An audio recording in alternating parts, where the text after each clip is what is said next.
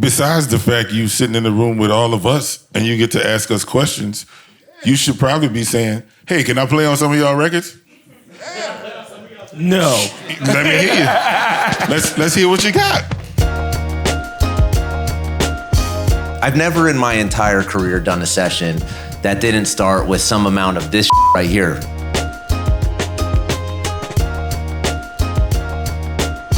Now you're going up in there not willing to learn, not willing to be a sponge, not willing to watch the room and learn the room. Nothing's gonna happen. I started to spend a lot of time putting together questions for these guys, and then we had dinner last night, and I was like, that's all out the window. Where these guys are just gonna talk. I have like 2 talking points, and it's gonna be great. So Josh is a real good friend of mine. We met, he called me, left me a voicemail, and he name dropped. He's like, I'm Redman's engineer, I'd like to do this, I'd like to do that with you. And he delivered he over-delivered on what he said he would do for the little bit he was asking for. And above all that, we became friends. We're really close friends. So I learned a lot about him. He is Redman's vocal engineer, if you all know who Redman is, which I hope you do. He's working on, he's mixing a record right now with Method Man and Havoc, and it's got a bunch of other really great stuff coming as well. But you know what? The last Wu-Tang Clan record, which is called The Saga Continues, this man mixed that.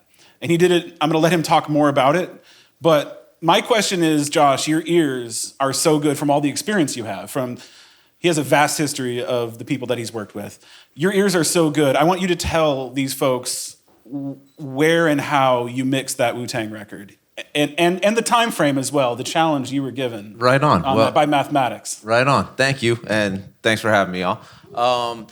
So the Saga Continues album was something that Mathematics had been working on. He's the DJ for Wu-Tang, and he also designed their logo and everything, and part of Wu-Tang for a long time.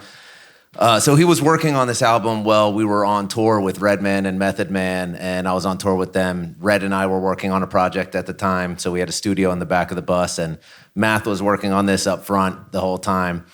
He would bring it back and have us listen to it and give some feedback and pointers on just our opinions overall. Then he started to, casually decide after tour it was time to mix it, and we started working on this mix. And I guess after a conversation he had with RZA, it turned from something we're casually working on to like, this is due Friday. And we had like 20-something songs that we had to have mixed in a couple of days. So as luck and convenience would have it, my main setup had taken its last breath that same week. And so I was scrambling to figure out how I'm gonna get this thing together to be mixed. We ended up setting up a makeshift studio in my living room with a little Focusrite Scarlett 2i2, basically just taking whatever was available, and we mixed that album in about 2 days, 3 days for the bulk of it. And we were already a little underway, but we got a lot of it done in not optimal conditions. But at the end of the day, the job of any creative, any artist or producer is to make the best with the tools you have available, and you only have what you have, and the job still has to get done. So yeah. Focusrite Scarlett and some small speakers. I mean, that was definitely, I led you into that one, but the point of that question is, you're not chasing the gear, you gotta learn with your ears. You have to learn what music sounds like, and that's it. It didn't matter what you were using, and it was a first-gen Scarlett. Yes, so first-gen Scarlett, not any of this fancy crap y'all have. Fourth gen is what we're at now, and that was, what? We didn't have auto gain. Yeah, yeah, you'll all see that later. But that was my point. That's why I wanted to ask that question, because it's not the gear. Don't be chasing after the next big thing, because at that point, I mean, that record came out in what, 17? 2017, I believe. So Scarlett First Gen came out in 2012. So you're using a 5-year-old piece of gear. You didn't have the newest and greatest thing. No, this was like a backup. Yeah, this was a backup thing in a book bag that I thought I was never going to use again. I just needed something that worked and didn't have time to get anything else in the building, and just made it work. That's really what I wanted to express there, is like, it's not about that next big thing and that's what you need to make your next track, or that's what you need. As soon as I have this, I'll do this. Now you just get what you got and get what you can afford, and just like Josh did, you made it work, and that is a hit record. Like, I don't know how many plays. I'm sure that's a platinum record that you worked on. It's got a lot of spins. I mean, Yeah. I'll say this, whether it be, for any of these guys, but you give Rockwilder any piece of equipment to produce with, he's still going to sound like Rockwilder. Sure. It's not going to sound like this piece of equipment. It's going to sound like the creative behind it. So it's always about utilizing the tools to do your thing with them. Cool. Thank you, Josh. So the only other thing, like the one other point that I really want to make, and I'm going to throw it to you, KC, for this one. You recently did the Bieber record, Justice. Yeah. You're Grammy nominated for that record. It's a fabulous record. Thank you. How many records did you work on before that no one heard? How much work did you have to put in until you got that record? I can't even That count. wasn't the first record you made? No, not the first record at all. How many Probably years and countless. decades did you work before that? Since 99, 2000, what Juvie say? Yeah. Yeah. 99, Yeah. Yeah, that's when I started. Yeah. And how about like Rock? How many songs have you made that went absolutely nowhere, that no one ever heard because you're just putting in the work and doing the hours and busting your ass making music? How many hard drives you got? Oh, how many hard drives? Yeah, with just music that you've got made. That's a lot This of is shit. A lot of shit. Songs that came out and did actually nothing. There were a few of them. Yeah. There were a few of them, and I think it was more in the early years when I was just I didn't care if it did something or not. Yeah. I was just so happy to be on a machine. I was happy to be working. I was happy to be and I was happy to see an album cover. I don't even care if I was the only one that brought it. That's it. I was That's just it. happy. I put it on my wall and was Right. like, that shit right there. You know what I'm saying? And you were just talking about, just before we came up on stage, about, I think you said in 93, 92, you just had a cassette tape with looped beats that you played for somebody and they loved it. They came back from tour and you worked on their next record. Yeah, it was Redman. And before and added on to that story, I was actually out in Jersey working with a guy named Zan the Man, and somebody had put me out on his with him, and I just knew this guy, and I was in his basement, and my whole goal was just to learn the MPC 60 that was out at that time. It was the step up from the Akai S9. S9, what was the rack one?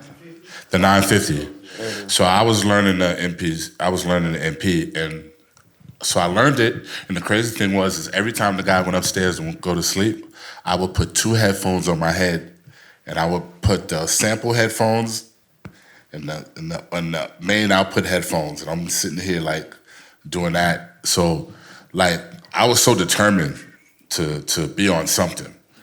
And that whole journey got me to meet Redman and then got on his album. I didn't get on that album. I actually was just a part of the journey of the first album. But then the second album, I was blessed to have something on there. But in my neighborhood, it was all about that beat machine.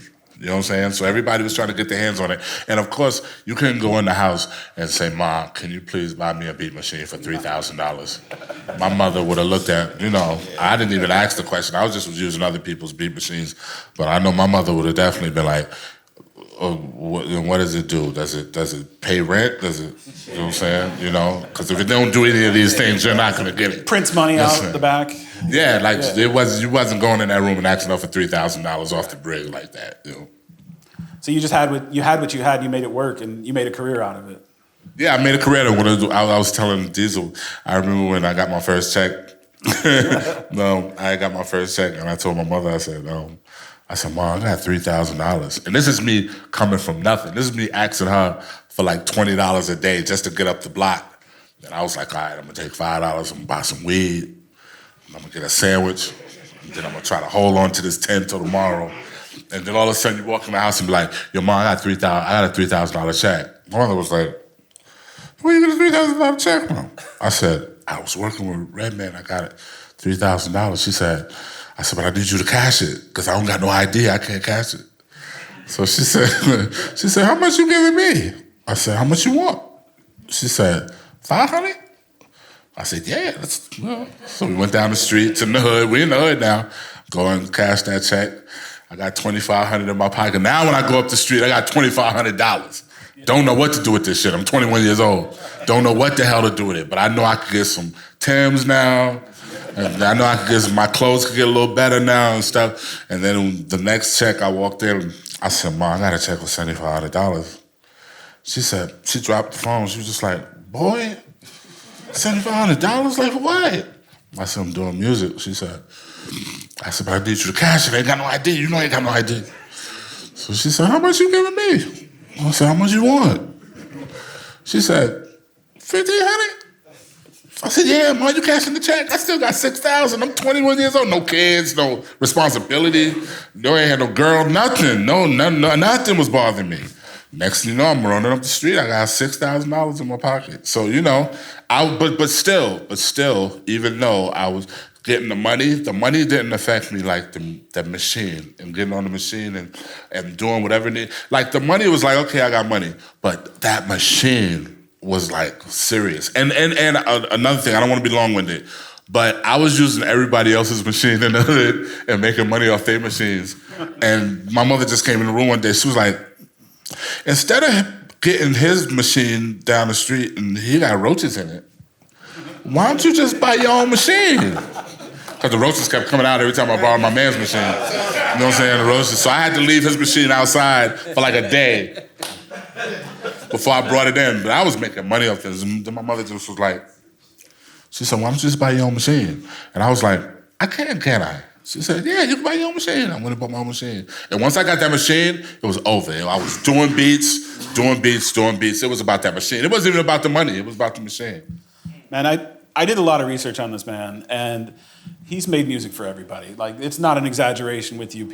Like, if you heard this man's discography, I mean, he's got several tracks in my top 10. And I'm moving to Deezle. You do too. Carter 3, come on, man. Are you serious? Yes. Carter 3 and all the other stuff that you've done. Your own. You introduced me. Thank you, bro. Right. You introduced me to your own stuff today. Please plug the name of your own band and just kind of talk about how much work you put in, because you didn't just Carter 3 and that was your first record. No. My first beat I sold for $150 on a ASR 10 that I borrowed, and I didn't even know how to get the beat out of the machine and like mute the tracks. I just made a beat that this rapper liked. This was in 1996. Yeah, my first $150 beat I sold. But I was like, shit, I sold a beat for $150. That's something. Because I don't even know how to use this machine. But then, over the years, man, I've, like, number of songs, like, just done, not out. It's tens of thousands of songs, like, just tracks and songs over 30 years. If you make 1,000 songs a year, just working on your craft, writing, and that's easy to do, especially with the technology, now.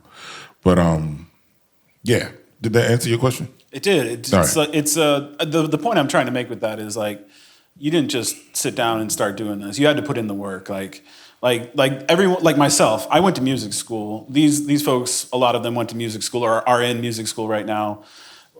You don't get out of school, but the thing is, you don't get out of school and make a record. You still have to put in that work, and you still have to learn, and you still have to grind. And then I think one of the most important things about it though is the love you gotta have for it. Yeah. Because if you don't love this, because you're not gonna make money immediately. Nope. It's not gonna be the case. Sometimes you gotta put in more hours. You gotta put in more time than you're gonna receive. And some people can't handle that. They're like, what are we doing? Like, why are we, you know what I'm saying? You're gonna have your mother telling you, your brother telling you, oh, this ain't working. You need to go find a job or whatever the case may be. But you gotta find time in your space to create, if you love it. And you gotta determine if you love it. And even if you take the money part out of it, just what it takes to go through doing this shit and the heartbreak you're gonna have and the ups and downs. Yeah, the ups and downs, the disappointments, the mountaintop experiences, like as you're sliding back down it. Man. you have to be in the room with the right people, and you have to be approachable, and you have to know how to sell your music. So, Rock, you were talking to us. Rockwilder got a Grammy for a song called Lady Marmalade, which is in the film Moulin Rouge. There's a Missy Elliott song with Christina Aguilera, Pink, and Maya. He produced this beat. Yeah. But he was telling us a story yesterday about how that connection happened. Can you repeat that story about when Missy approached you? Yeah, that was just like when you said being in the right place at the right time. I had this thing where I loved to go out to LA because LA was like the place where I made my money. It was just so much going on back then in the early 2000s with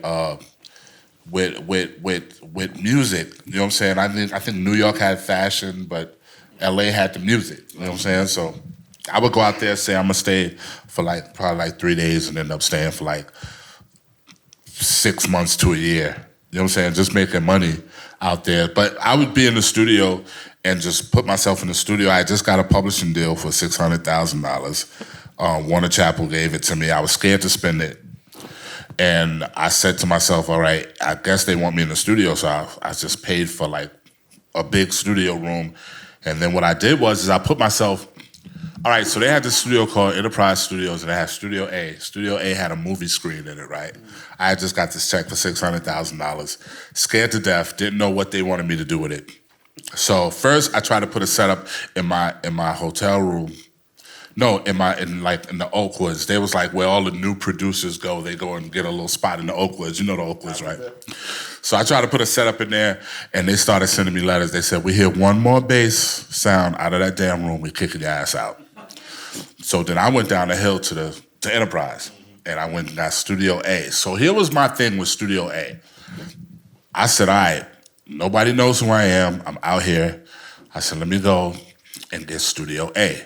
Because Studio A was this big-ass studio. I said, I know these people want me to put the money in the studio. So I went and got Studio A. So now my whole thing was when people come in the room and say, yo, I want Studio A. I want it to. My mind was saying, okay, the receptionist is going to be like, no, you can't have Studio A because there's somebody in Studio A.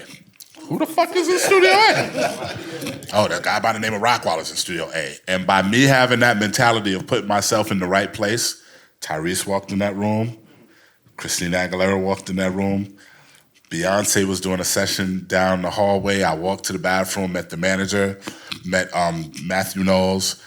Fast forward to that situation, Missy's down the room. And I go in Missy's room and she's frustrated. She's like, oh God, they want me to do this Lady Marmalade song, and I don't got the time to do it because I'm working on Aaliyah, I'm working on everything. And she said, do you want to do it? And I said, will you put me in the studio for 24 hours? She said, I'll put you in the studio for as long as you want. Just get the song done. So I said, could I order any type of gear while I'm in here? She said, yeah, order. I don't care what you order, just get it done. I ordered the Andromeda.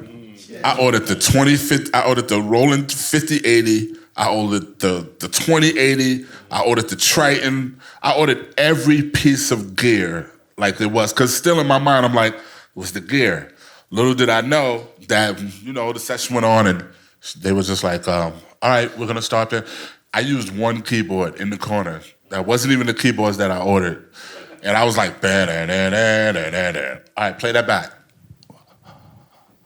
Messing with the other keyboards, they were stacked up. So then it says, what it was, I did Lady Marmalade in 20 minutes. The joint for 20 minutes because my mind was like, okay, I could get that done. I know what that is. But this fucking gear, you know what I'm saying?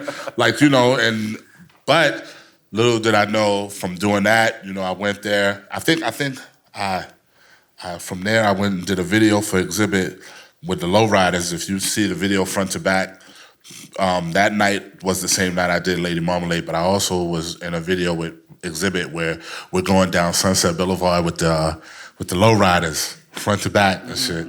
And so next thing you know, the next day, Jimmy Iovine walks in, the guy from the movie walks in, and then I saw Maya walk in, then I saw Little Kim walk in, then Christina walked in, and then Pink walked in.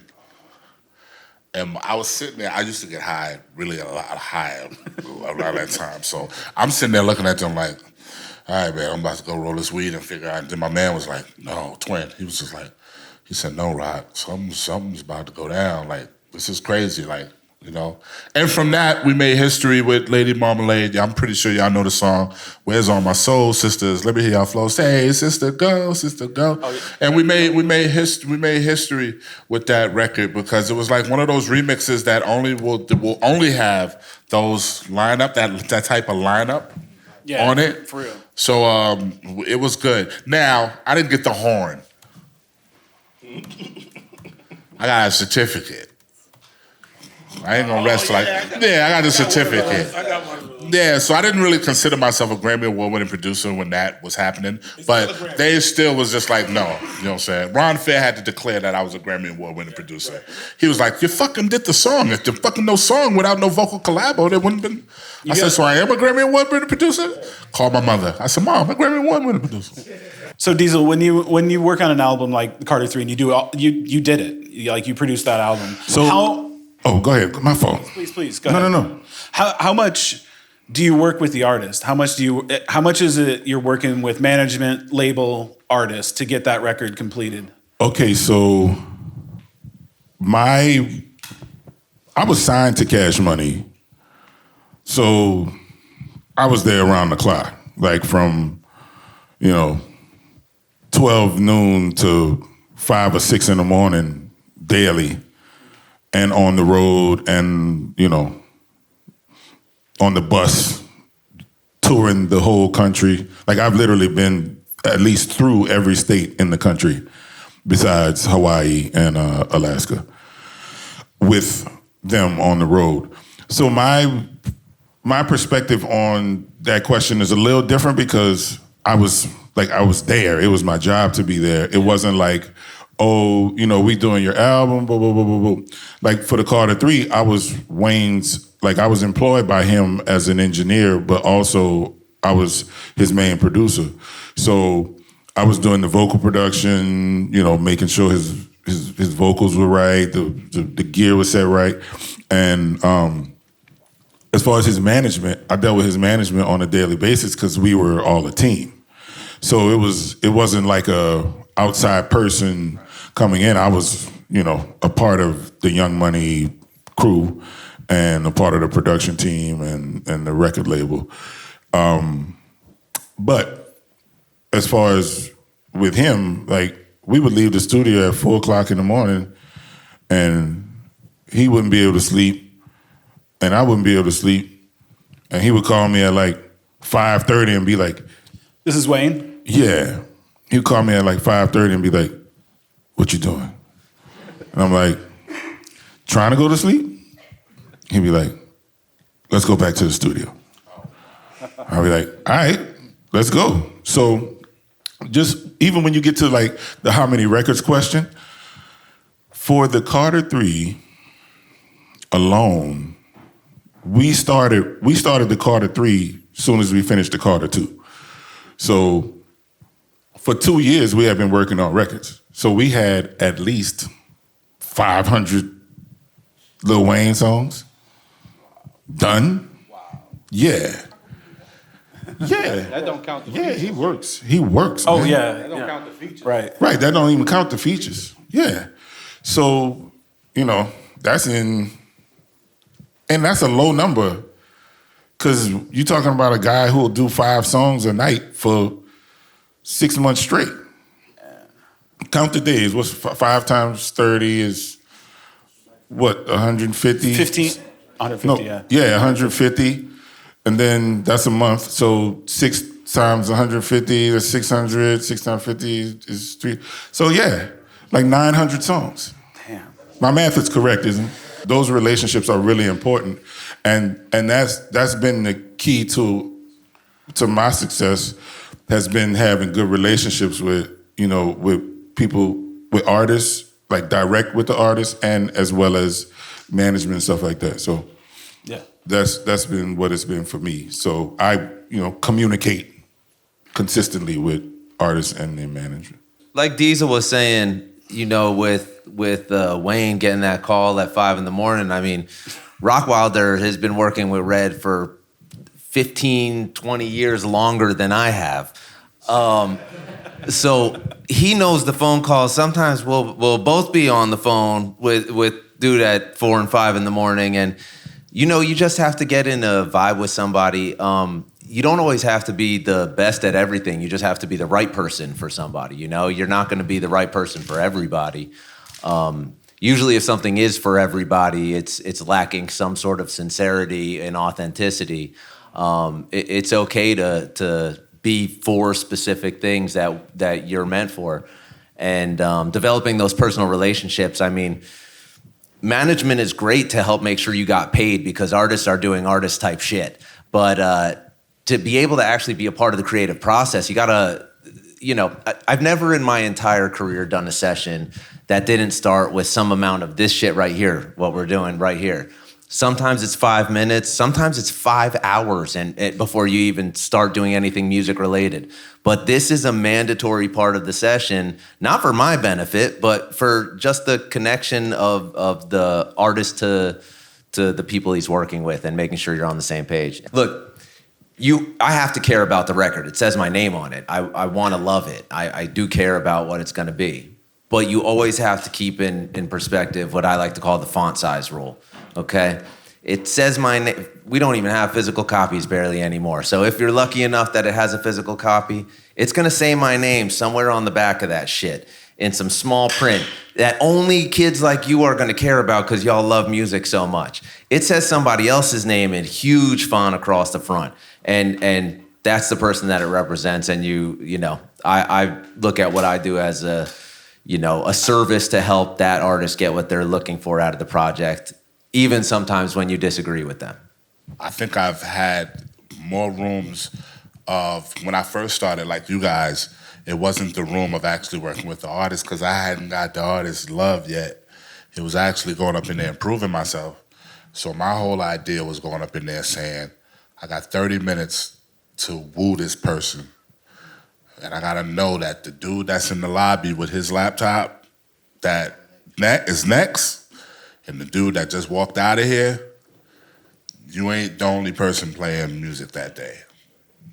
So you better walk up in there, you better whoa them. I had a thing about that, because I used to always be in the office where Deezle will be here, KC will be here, and here I am, and we don't know each other. And he's 5 o'clock. I'm 5:30. He's 6 o'clock. And I'm in the room watching Deezle. I'm in the room watching Deezle. I hear the bass.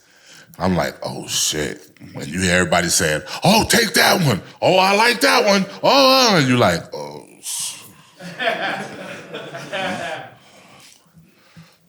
you walk up in there, your 5:30 to 6 got to be crazy because he's coming. And then after KC leave, you're going to be far gone.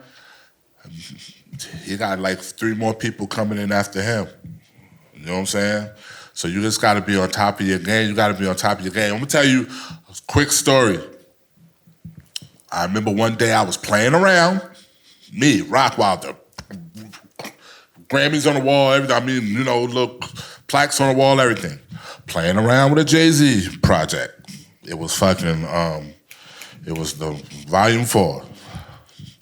Feeling myself, smoking in the street, driving up and down the street. Totally forgot about this Jay-Z meeting that I was supposed to have, right? So all of a sudden, I'm in the room. Somebody called me. It was Colleen, Jay-Z's people. She said, "Rock, is that you?" I said, "Yeah." "Jay-Z want to talk to you." I was like, Jay get on the phone. "Yeah, what up?"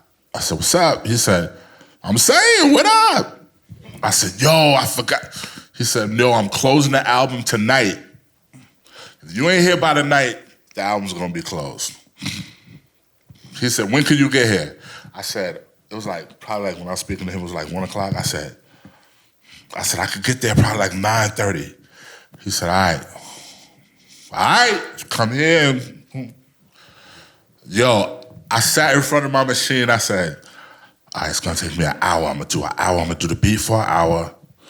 I'm gonna do 30 minutes for the bass line. I was like really timing this out, right? Called my brother upstairs. I said, yo, Dale, stay right there.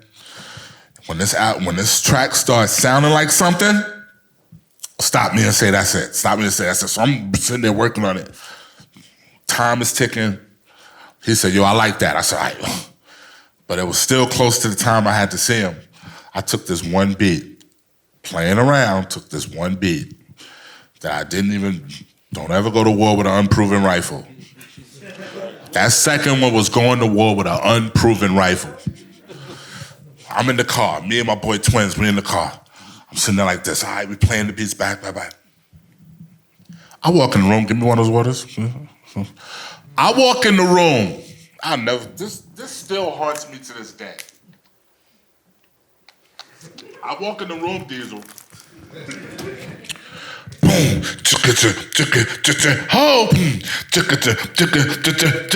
you are not ready, unstoppable. Damn, I'm a hustler, baby.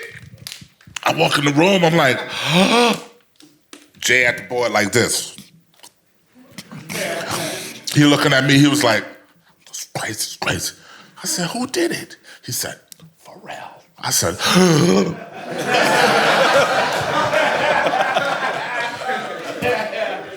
So I'm sitting on the side of the board, bopping my head, hurting. I'm hurting. He like, hustler, baby. I just want you to know. He turned it off. He said, that's crazy. That's crazy right there. Let's play it again. Boom. I was like, oh. Okay.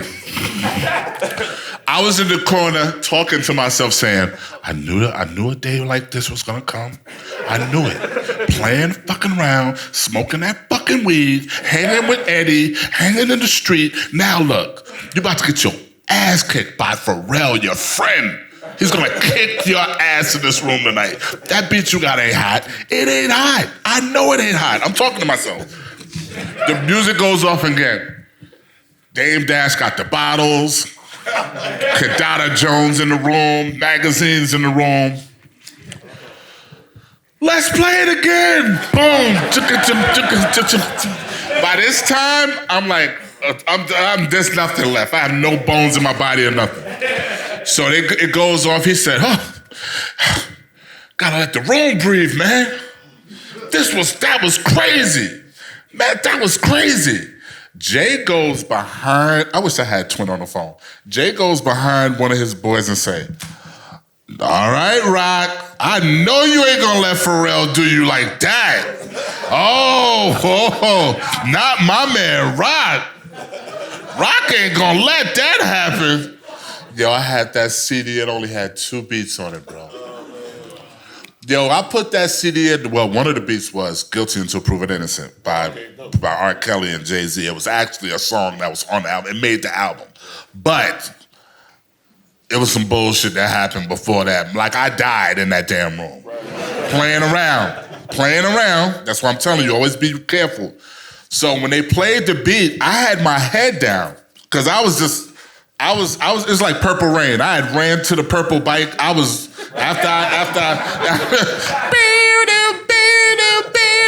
I dropped the guitar, ran to my purple bike. I was just gone. I was ready to go. So Twin tells me when the joint said, boom, boom, boom, boom, boom, boom, boom. Jay behind his man, but Jay's like, when Jay started mumbling, that's it. I don't know this because I'm like this.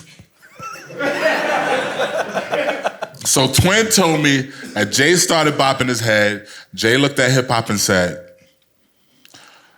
no, hip-hop looked at Jay-Z and was like, Beatty Siegel.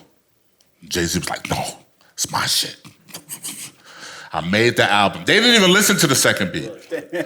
But when I tell you I went home under my daughter, I went to my when I went home that night, it was no hanging out, it was nothing. I tucked myself under my little daughter and I fell asleep, mouth wide open, never to ever do that again. Always be prepared. Always be prepared. I was playing around with a big project. That was a big project I was playing with. Huge project. I made the album, but Pharrell whooped my ass that day. That song whooped my, even when it come on the radio right now, I go like this. Like, Y'all having a good time here? Thank you. Let him hear it. Let's get some more questions from the audience. Who out there has a question? And I'm going to make my way. Oh, there we go. Right there. Don't do this because you love it or because you want to do it. Like for me, I shouldn't say don't do it. But for me, I don't do this because I want to or because I love it. I do this because I have to. This is like the air I breathe. It's not something that I feel like is a conscious choice for me. Like, if anything, I've made the attempt to step away from it at younger points in my life to try and get something a little more standardized and something that felt safer. I can't do that. This is oxygen to me, and I do this because I have to. At 21, music was so much around me that whether I was a DJ, whether I was a producer, whether I was a manager, whether I was a person that worked up at the office, it was going to be around me regardless. You know what I'm saying? So I think the fact that music, it's in you since you were playing since you were 3. Dude, I could be 5 years from now, I could be seeing you at the Grammys. Like, because that's how it goes. You know what I'm saying? Like, you know, like it doesn't have at your age, it doesn't have a fall out, fall in factor. It's drums are in you. They ain't going nowhere. You know what I'm saying? It's like, you know what I'm saying? Like, there's not one day you're going to wake up and be like, oh shit, I don't know how to play drums no more. No, there's never going to be a day like that. It's you. It's your DNA. So I think more at 21, and I'm probably telling you this at my age, but you're really too young to even experience this. But I am hooking you up. Know the business of what you are actually wanting to do, like with the drums or whatever you do. Know the business of it at your age, and you're going to be good because at 21, I was just smoking weed and hanging out with girls and doing beats. You know what I'm saying? Like, you know, like, and I wasn't doing beats like in front of it like you guys we didn't have laptops. We had a big ass machine. We had to lug upstairs and hook up and everything. And sometimes you didn't want to labor all day in front of that big ass machine. Right. You know, you just wanted to fuck with it a little bit, see if you liked the beat, and you know what I'm saying? The next thing you know, you're outside with your boys again. You smoke. We used to play beats for the car. Right. Right? Play in the car, drive up and down the street. It just so happens that one part of my life, they started getting sold. Like, I played the beat, we blasted all day. The next thing you know, Buster got a session. We go to the beat, Buster session, play the beat, and we get sold. So at your age, it's supposed to be all fun. You know what I'm saying? You got a girl stressing you out or something? Yeah, like, dude, 21 with a laptop, and I played drums when I was 3? And you go to school for music. You spoiled brat. If I had that laptop and your drum skills at 21, and you was in front of Rockwilder asking a question about something, and you're looking at Rockwilder and you're 21 years old and I play drums and you're looking at him. Oof. I don't know about that. I didn't say it on the house party. I don't know about that. I don't know about you. Right. But me? He just said he's a keyboard player. Keyboard players, yeah. Okay. So with that, sir, you have so many options. Because guess what you could do? You could MD for somebody. I got a friend who plays bass, right? We met at Sayers Club in LA. And he played bass on a bunch of my records and stuff like this. He was just a bass player who came to LA from wherever he was from. I can't remember where Dre is from. But he ended up, because he was so good and he turned his craft into like an octopus where it had different tentacles of niches that he could find his way in and still keep it fresh and exciting. You know, it's like underwear. You got to change them.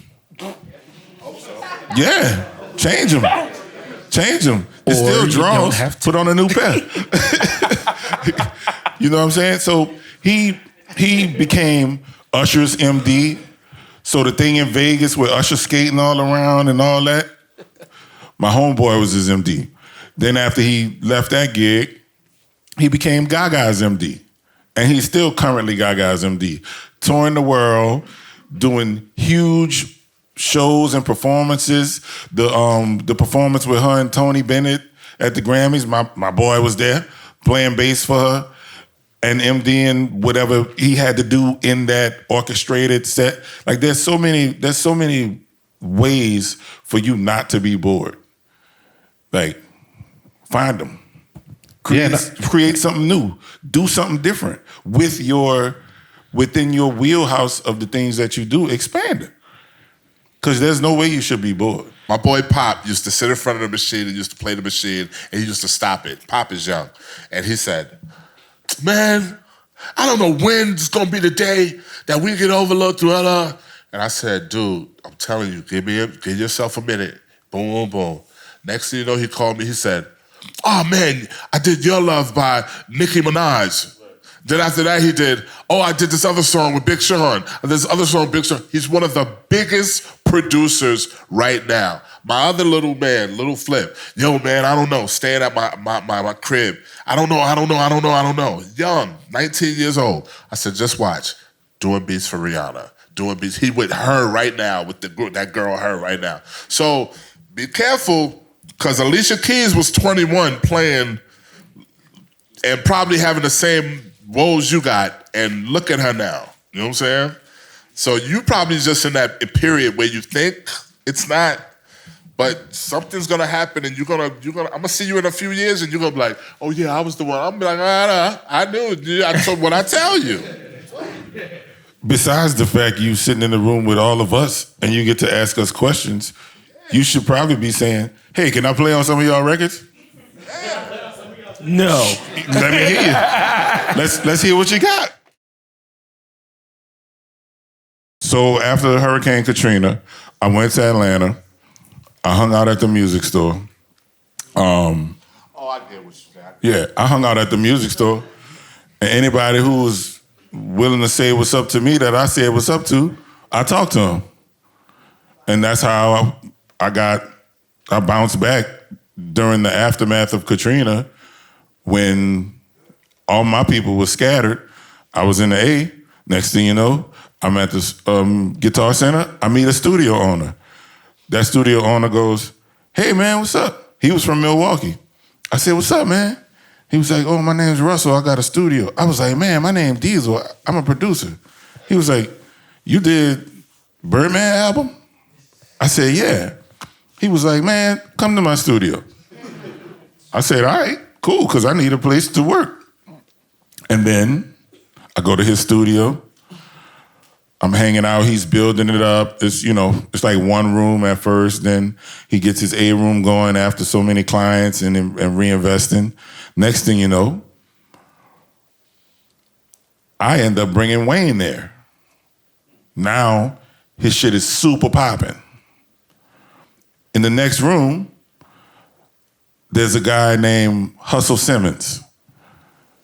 He's got a kid in there from Kansas City who's playing these dope-ass beats. But it sounds like my drums. You think we're sampling my drums? Oh. He was sampling my drums. So, hey, check this out. So the way I met Deezle is, That's it. we both had a mutual friend.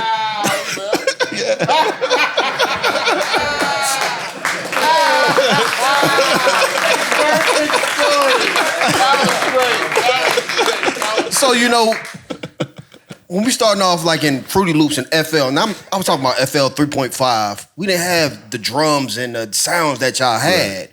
So I treated it like I would treat an MPC. I would go and I would cut people's records. So I heard this one record that my guy Deezle did. Never could find them drums ever anywhere. So you know what? I'm going to snip these, boom, boom, boom. And it's funny enough that our mutual friend, Hustle, has this guy walk in the room as I'm sampling this man's drums.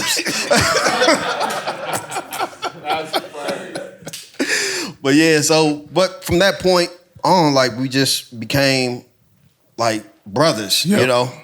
He actually took his time to mentor me and help me establish and really understand the art form of going from making beats to becoming a producer. Being mindful of, hey, you should also be an engineer as well, and learning the ropes of engineering and mixing. So that whole moment of me stealing that guy's drums transformed my whole life right there. Everybody has a laptop, everybody has a sound pack, everybody got drums, everybody's working on different DAWs. Back then, you had to be nice. You had to be nice, and you was a nice kid. Like I think every story, and I'm pretty sure that KC and Deezle can attest to this. It's always, yo, there's this kid in the studio, he's nice. That was always the thing, that whether the kid was a good piano player, a good drummer, or because we didn't have the laptops, we had the MP, and we didn't have the packs. We had to fish. Like, you gotta understand, yo, we had to listen to the album and get the snare. Our pads only had 3.5 seconds sampling time. Y'all got unlimited. Y'all don't even know about sampling time. Y'all don't know about sampling time. Y'all just know that y'all can sample. We had 3.5 seconds per pad. And you had to not use over 10 seconds in that machine. In total. You had to, like, and that's all we had. So the idea of the SP12 having those, how many seconds was those drums, those pads? It was less than 3.5, right? Because Akai came out with the MP, and the MP had 3.5, but the SP1200 had less, and you had geniuses like Large Professor, Pete Rock, Premier. Yep. Like, you know, at one point, to answer your question, I was scared to death of a beat machine. Because first off, I couldn't afford it. Second of all, how are they using it? Third off, I didn't have the records. So, like, the mind state of wanting to be the best you can be when the opportunity was given to you, that was the thing. Like, all right, somebody drops a beat machine at my house. I don't know how to use it, but I gotta learn how to use it. And when I learn how to use it, the first beat's gonna be shit. Second beat is gonna be a shit. But then sooner or later, your knowledge of music starts hitting up. The part of you that loves music starts going. So you sample the right record. You sample the right snare. You start looking for the right snare. Or you listen to Q-Tip. One of his snares is free. So you sample his snare. Or you sample one of Deezle's snares. Because I knew I would have been sampling the shit out of Deezle's snares. I've been sampling him. Like, you know, your environment is pretty much what you sell yourself from. You sell yourself from your environment. Now, you're going up in there not willing to learn, not willing to be a sponge, not willing to watch the room and learn the room, nothing's gonna happen. And there's a lot of dudes in my hood that had that type of attitude. Well, if they don't like the beat, most people ain't gonna like every beat.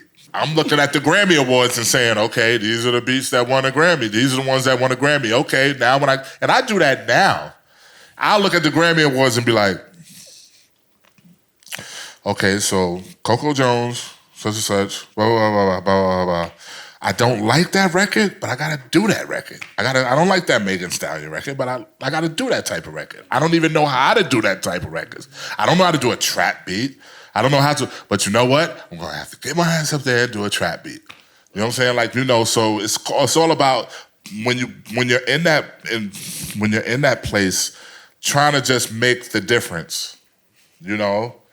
And that's what the first part of your question, I hope I answered it. Marketing is important, and you have to market yourself. But I also think that in today's day and age, there's such a focus on social media and all that. It's like, you also have to remember how to, I'm assuming from everyone else here, I can cuss a little bit. You also got to know how to do the fucking job. You got to be prepared when you go in there, and you got to be willing to get your ass kicked a little bit going in there, thinking you know how to do the job, and sometimes falling short. Look, me and Rock have worked together on a bunch of shit. Some of the work that I've done on certain things, he hasn't liked everything. There's things that he doesn't like. There's things that I don't like that I've had to work on some. Stop it. We're about to get too deep here. We're about to get too deep. It's almost got real. Yeah. Yeah, no, but I think it's important to just like also remember you got to put your head down, do good work, and sometimes don't worry about the noise outside and don't worry so much about how am I going to market myself to the next thing. Be in the moment. Like you just got to remember to put your head down and do the work sometimes. And if you keep doing good work, like word's going to get passed around. Like I said, that's how I met Red. I didn't meet Red because I was walking down the street marketing myself, holding up a sign saying I'm an engineer. Or he didn't see me and say, man, you got cool hair. Want to record with me? I had to earn my way in there just by doing other shit for other people and staying busy. And then, yes, shooting in the gym and doing the work. But then, like I said this last night when we were at dinner, the shooting in the gym part is great. You have to do the shooting in the gym because you got to be able to know your skill and know how to do it. But you also have to be able to score when you're in the game. Like it's not just the guy who can shoot in the gym. If you can't pull up when it's game time, not in my session, you know? Hey, I'm done after that shit. Yeah. Mike is hot. You know, right.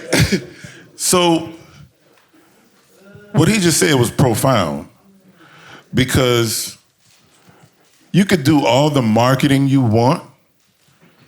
If your shit don't sound better than everybody else's, you could do all the marketing you want. It don't matter. Because guess what? Guess who's going to get the gig? As a mixing engineer and as a recording engineer. The dude who making them speakers jump out the case. How many engineers have Wayne fired, Deezle? Not me. Because you did your job. Yeah, exactly. Once you left, right, once you left and did your own thing, he ran through them. It's like a door at a hotel. So yeah, make sure you listen to great records. Go back and listen to great analog records. So you know when something sounds really good and when something don't. What you will notice is that even those like super slapping sound packs now that they sell it and bow, big time marketing, guess what? Most of those drums are a representation of what the real thing is. So when you go back and you hear a real 808 that's on his shirt, guess what?